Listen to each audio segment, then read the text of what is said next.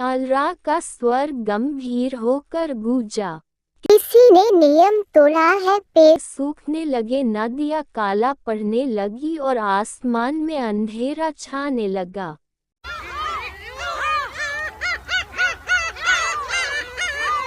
घना अरण्य, चारों ओर हरी तिमा की गहरी चादर, पक्षियों की चहचहाहट और दूर से आती किसी अनजानी ध्वनि की गूंज।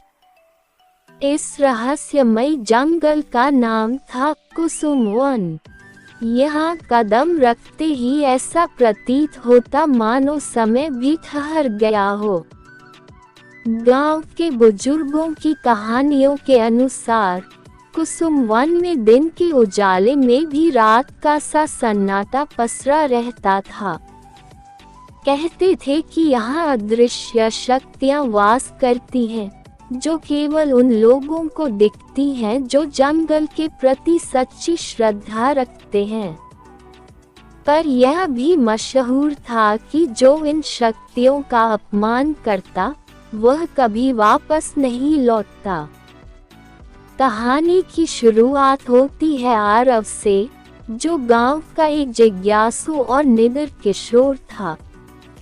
उसने बचपन से जंगल की रहस्यमयी कहानियां सुनी थी, पर वह उन्हें मात्र बुजुर्गों की कल्पना मानता था।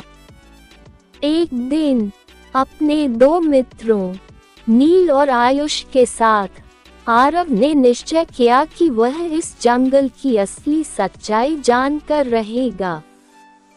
तीनों ने सूरज ढलने से पहले जंगल में प्रवेश किया। हवा में एक अजीब सी खुशबू थी, जैसे कोई अनजाना फूल अपनी गंध बिखेर रहा हो। रास्ते में उन्होंने पेड़ों के बीच झिलमिलाती रोशनी देखी, मानो कोई अदृश्य दीप जल रहा हो। नील ने डरते हुए कहा, चलो वापस चलें, ये जगह सामान्य नहीं है। लेकिन आरव मुस्कुराया और बोला, डरोगे तो कुछ जान नहीं पाओगे, आगे बढ़ो। वे गहराई में उतरते गए। अचानक उन्हें एक पुराना टूटा फूटा द्वार देखा, जिस पर बेलों ने अपनी जड़ें फैला ली थी। द्वार पर एक विचित्र चिन्ह खुदा था, आधा सूरज और आधा चांद। आयुष ने धीरे से फुसफुसाया, ये वही द्वार है जिसका जिक्र दादी करती थी, जो दूसरी दुनिया का प्रवेश द्वार है। आरव ने बिना झिझक आगे बढ़कर द्वार के बीच से प्रवेश किया। एक पल के लिए सब कुछ घूम गया। जब उनकी दृष्टि स्थिर हुई, तो वे खुद को एक अलग ही दुनिया में पाए। ये जंगल नहीं, बल्कि एक चमत्कारी लोक था। यहाँ के पेड़ सोने की तरह चमकते थे और उनके फलों से रत्न झरते थे। नदियाँ दूध सी सफेद थीं और उनमें तितलियाँ तैरती थीं।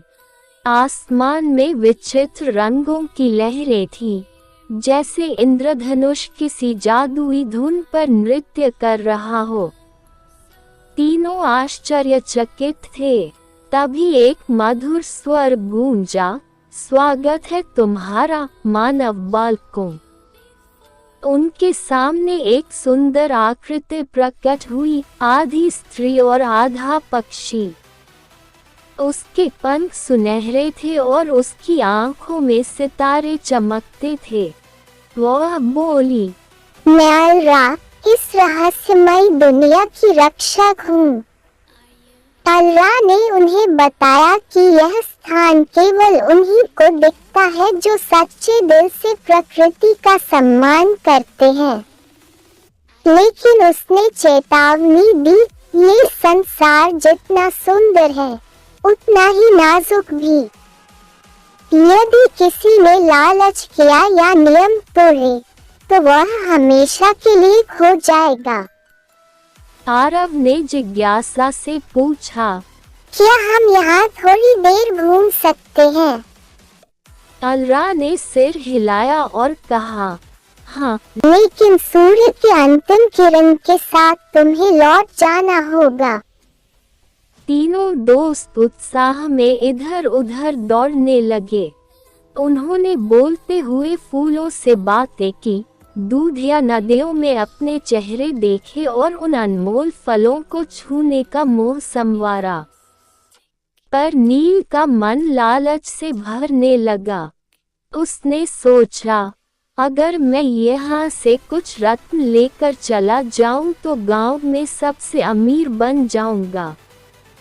वह चुपके से एक पेड़ के पास पहुंचा और एक चमकता हुआ फल तोड़ने ही वाला था कि अचानक पूरा जंगल कांप उठा। तलरा का स्वर गंभीर होकर गूंजा, किसी ने नियम तोड़ा है।